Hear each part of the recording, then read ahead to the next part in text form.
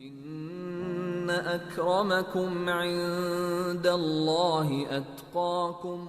اعوذ باللہ من الشیطان الرجیم، بسم اللہ الرحمن الرحیم، وصلی اللہ علی محمد وآلہ الطاہرین۔ میرے عزیز دوستو، 10 سال سے ہفتہ وحدت منایا جاتا ہے اور امت کے سرکردہ اور درد مند دل رکھنے والے افراد یہ کوشش کر رہے ہیں کہ یہ امت مرحومہ پھر سے اپنی عزت دست رفتہ کی بازیابی کر سکے۔ امت کے درمیان، امت کے افراد کے درمیان اتحاد جب تک نہیں ہوگا، یہ امت اس وقت تک کامیابی سے ہمکنار نہیں ہو سکتی۔ ظاہر سی بات ہے کہ ہر ایک بچہ بھی جانتا ہے، ہر شخص جانتا ہے، ہر فرد جانتا ہے کہ افتراق میں نقصان ہے اور اتحاد میں فائدہ ہے۔ جہاں پہ اتحاد ہوگا وہاں پہ ترقی ہوگی، خوشحالی ہوگی، سکون اور چین ہوگا۔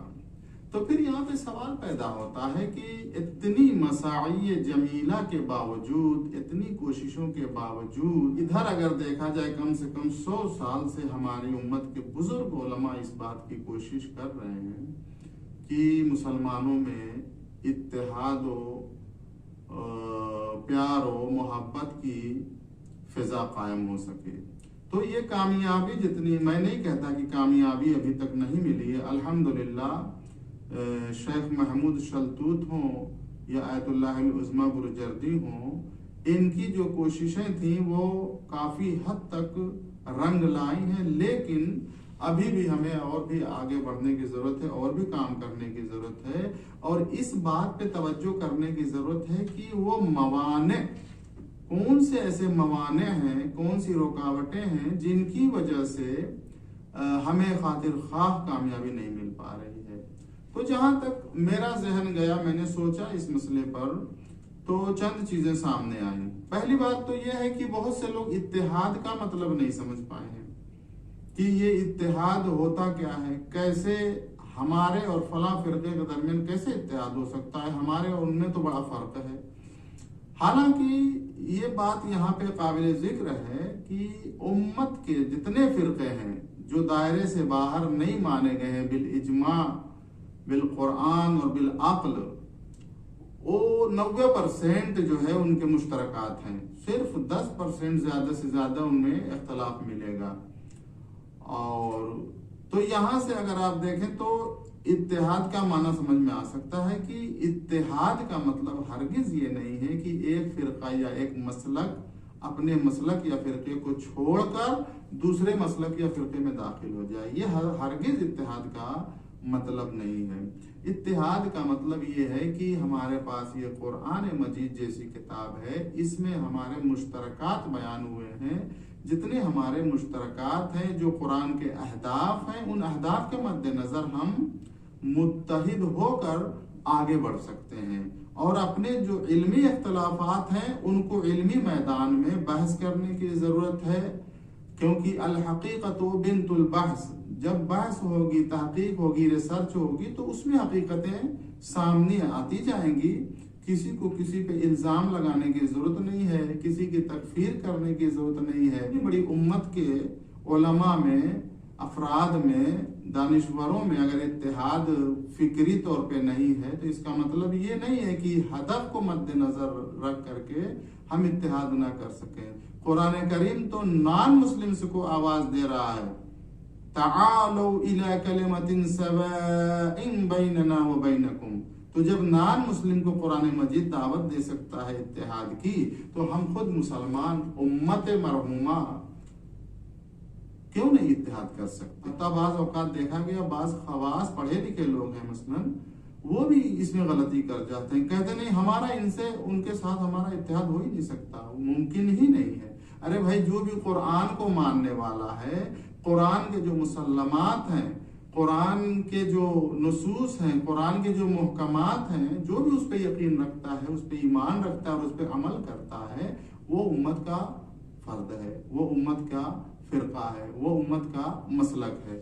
تو یہ ہوا ایک مفہوم جو اتحاد کا ہے۔ دوسری چیز جو میرے ذہن میں آئی کہ ایک دوسرے کے بارے میں عدم آگاہی، جو فرقے پیدا ہوئے ہیں اس امت میں، حدیث افتراق کے مطابق 73 فرقے، تو یہ 73 فرقے سب امت کے فرقے ہیں، ایسا نہیں کہ یہ امت سے باہر ہیں۔ جو امت سے باہر ہیں تو وہ تو ان کی کوئی گنتی ہی نہیں ہے، یہ سب امت کے ہیں۔ اور حدیث شفاعت کے مطابق ان تمام امتیوں کی شفاعت حضور پاک صلی اللہ علیہ وسلم کریں گے۔ تو اب یہاں سے مسئلہ ہوتا ہے کہ وہ الگ بحث ہے کہ ایک ہی فرقہ ناجی ہے، باقی گمراہ ہیں، وہ کون سا فرقہ ہے، وہ الگ بحث ہے۔ وہ تو تحقیق کر کے جو انسان چاہے جس فرقے کو اپنائے، وہ اس کی اپنی مرضی ہے، جتنی جس کے تمنا ہے، وہ الگ بحث ہے۔ لیکن میں کہنا یہ چاہ رہا تھا کہ ایک دوسرے کے فرقوں سے عدم آگاہی، ایک دوسرے کے مسالک سے عدم آگاہی کی وجہ سے بھی بسا اوقات اتحاد کے لیے تعامل نہ کرنا یا مخالفت کرنا، یہ بھی چیز پیدا ہوتی۔ الحمدللہ اس زمانے میں یہ جو سوشل میڈیا کا زمانہ آیا ہے، کافی حد تک وہ بدگمانیاں اور جو غلط معلومات لوگوں کو دی گئی تھیں، الحمدللہ ختم ہو رہی ہیں دھیرے دھیرے۔ اور یہ بھی ایک بہت بڑا اللہ کا لطف و کرم ہے کہ اس طریقے سے آپس میں دل نزدیک ہو رہے ہیں، مل جل کر بیٹھیں گے تو خود بخود یہ بدگمانیاں دور ہوں گی۔ تو دو چیز ہو گئی فی الحال، ایک تو یہ ہو گیا کہ اتحاد کا صحیح مطلب نہیں سمجھ پائے ہیں کچھ لوگ۔ دوسرا مسئلہ یہ ہے کہ اتحاد کا مطلب تو سمجھتے ہیں، لیکن وہ فرقوں اور مسلکوں کے بارے میں جو عدم آگاہی ہے اور بدگمانیاں ہیں، اس کی وجہ سے بعض اوقات آدمی مخالفت کرتا ہے یا کم سے کم تعامل نہیں کرتا اس راستے میں، حالانکہ اس کی اہمیت سے کوئی انکار نہیں کر سکتا، اتحاد کی اہمیت سے۔ تو تیسری چیز جو مجھے سمجھ میں آتی ہے وہ منمانی ہے۔ جب انسان دین کو منمانی بنا لے گا، اپنے نفس کی پرستش کو دینداری سمجھے گا، تو وہ ملا جو کہہ رہا ہے کہ نہیں اتحاد نہیں ہو سکتا، وہ در واقع اصل قرآن کو سمجھا ہی نہیں ہے، وہ نفس پرستی کر رہا ہے۔ جب تک قرآن و سنت سے محکم دلیل نہ ہو، آپ کسی کی تکفیر نہیں کر سکتے۔ یہ نفس پرستی کی وجہ سے سیاست کے چکر میں کسی کی تکفیر کرنا یہ بالکل صحیح نہیں ہے، قرآن کے بالکل خلاف ہے۔ جب قرآن کے خلاف ہے، سنت قطعیہ کے خلاف ہے، تو یہ پھر کیا ہوا؟ نفس پرستی ہوئی۔ نفس پرستی کی وجہ سے جتنا ہماری امت کو نقصان پہنچا ہے، اسلام کو نقصان پہنچا ہے، قرآن کے اہداف کو نقصان پہنچا ہے، اور سب کا اس کا نقصان کس کو ہوا؟ پوری بشریت کو ہوا۔ دو روایتیں ہیں، بعض روایتوں میں آیا ہے کہ 12 ربیع الاول کی ولادت باسعادت، آپ کی ولادت باسعادت ہوئی ہے، اور بعض روایتوں کے مطابق 17 کو ہوئی ہے۔ تو یہ بھی ایک عاقلانہ اور نہایت سنجیدہ قدم اٹھایا گیا ہے کہ یہ پورا ہفتہ ہی جو ہے ہفتہ وحدت کے نام سے رکھ دیا گیا کہ پورا ہفتہ جشن منائیے اور ایک دوسروں سے گلے ملیے، نزدیک ہو۔ جو مقصد ہے قرآن کا، بشریت کی ہدایت کرنا، کنتم خیر امت اخرجت للناس، تو جب یہ امت محمدیہ ساری بشریت کے لیے بہترین امت بنائی گئی ہے، تو کسی پہ ظلم کا تو خیال ہی نہیں آنا چاہیے کہ یا تو ہماری فکر صحیح نہیں ہے، یا عمل صحیح نہیں ہے، اخلاق صحیح نہیں ہے۔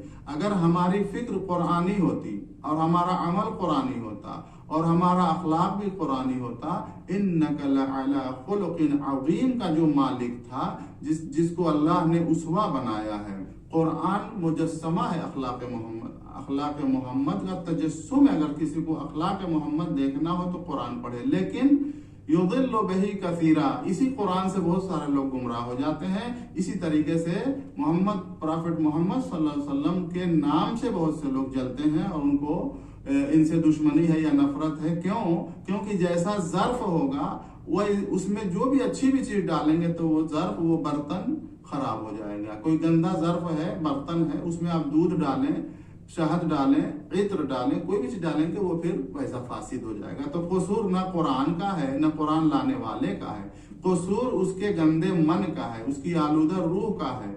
تو یہ تین چیزیں ہم کو ملی، جس کی وجہ سے ہمیں لگتا ہے کہ یہ اتحاد کے راستے میں ابھی تک اتنی کامیابی نہیں مل پائی ہے۔ پہلی چیز کیا ہو گئی آپ کو؟ اتحاد کا صحیح معنی